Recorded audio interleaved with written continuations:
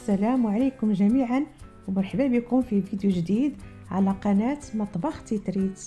تنتمنى نلقاكم هذا الفيديو وانتم في احسن الاحوال. غنوجد معكم واحد الطاجين ديال الخضره اللي تيرافق الاسماك او المشويات. هذا الطاجين تنوجدو معكم بدون لحم بدون دجاج، غير بالخضره بوحديتها، ولكن راه تيجي زوين بزاف. بالنسبه للمقادير او العناصر اللي غنديروا في الطاجين هما هادو: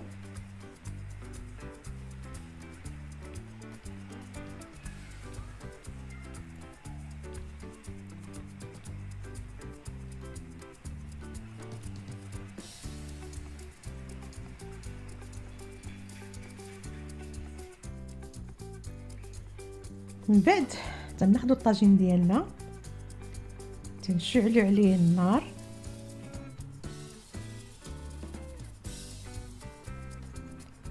تنزيدوا فيه واحد 2 معالق كبار من زيت المائده،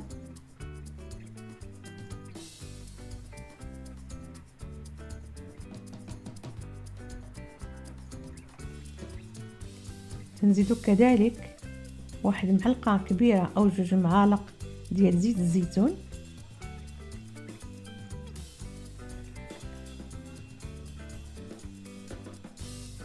بالنسبه للخضره اللي غنديروا في الطاجين تنوضعوها وتنبداو نوضعوا مطيشه هي الاولى. من بعد تنحطوا على داك المطيشه اللي قطعنا دوائر. تقريبا انا درت واحد 3 الحبات ديال الطماطم و3 الحبات ديال الفلفل الاخضر. من بعد الفلفله تنقطعوها دوائر وتنوضعوها على داك المطيشه اللي قطعنا دوائر.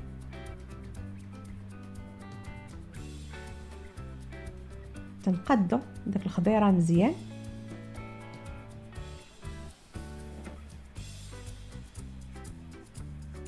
كذلك تنوضعوا على الخضره واحد 2 حبات من الدنجال مقطع دوائر،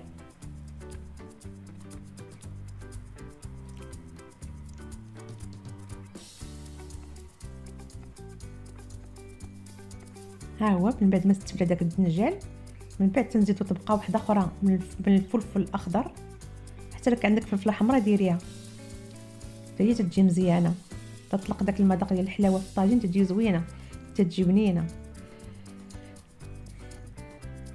وفي الاخير تنوضعوا ما تبقى من الطماطم فوق الخضره.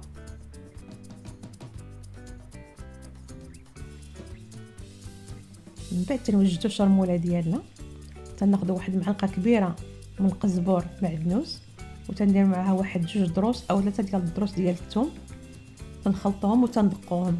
من بعد تنوضعهم في هذا الاناء، تنزيد واحد المعلقه صغيره من الملح، واحد المعلقه صغيره عامره ديال الكمون، نص معلقه صغيره ديال الكركم او الخرقوم، نص معلقه صغيره من الفلفل الاسود او الابزار، وتنديروا معلقه صغيره عامره ديال الفلفل الاحمر او التحميره، تنزيدوا واحد معلقه صغيره من معجون الطماطم،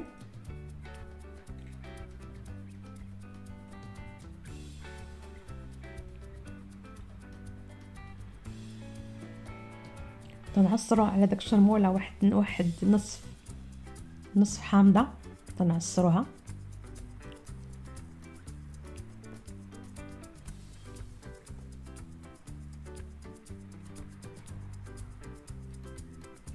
من بعد داك الشرموله تنعملوا معها واحد شويه ديال الماء باش تخلط لنا مزيان، تنزيدوا شويه الماء عاوتاني باش تطلق، لان هذاك هو اللي غطي به داك الطاجين، ما غنزيدوا لا ماء لا والو، غير داك الماء اللي زدنا في الشرموله هو اللي غيطيب فيه هذاك الطاجين باش يجي واقف، ما فيه لا مرقه لا والو، كتجعل الخضره طايبه مزيان في داك الطاجين. من بعد تنوضعوا هذاك الشرموله على الخضره. صدقوني هاد الطاجين راه تيجي زوين وتيجي لذيذ. تنوزعوا داك الشرموله كامله على الخضره،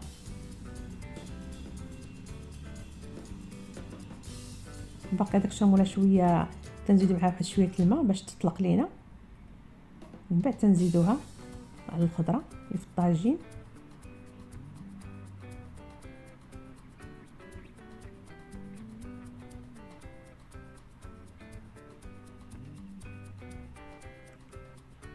ها هي الخضره من بعد ما قديناها في الطاجين ودرنا لها الشرمول ديالها. شوفي كيفاش تتجي.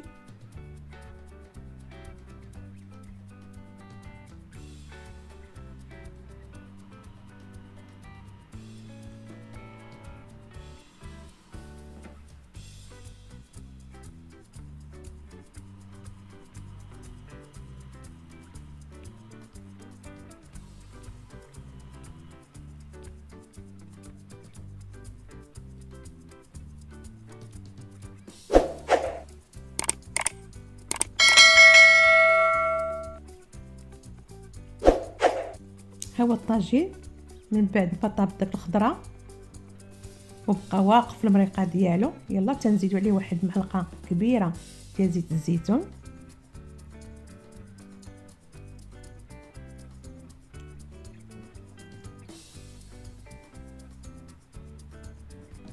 شتي كيفاش تيجي داك الخضيره طايبه مزيان وحتى اللذه تيجي لذيذ.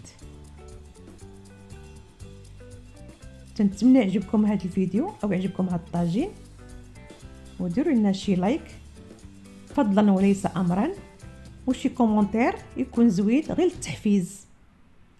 وبصحتكم وبراحتكم. يلا تبقاو على خير ومع السلامه.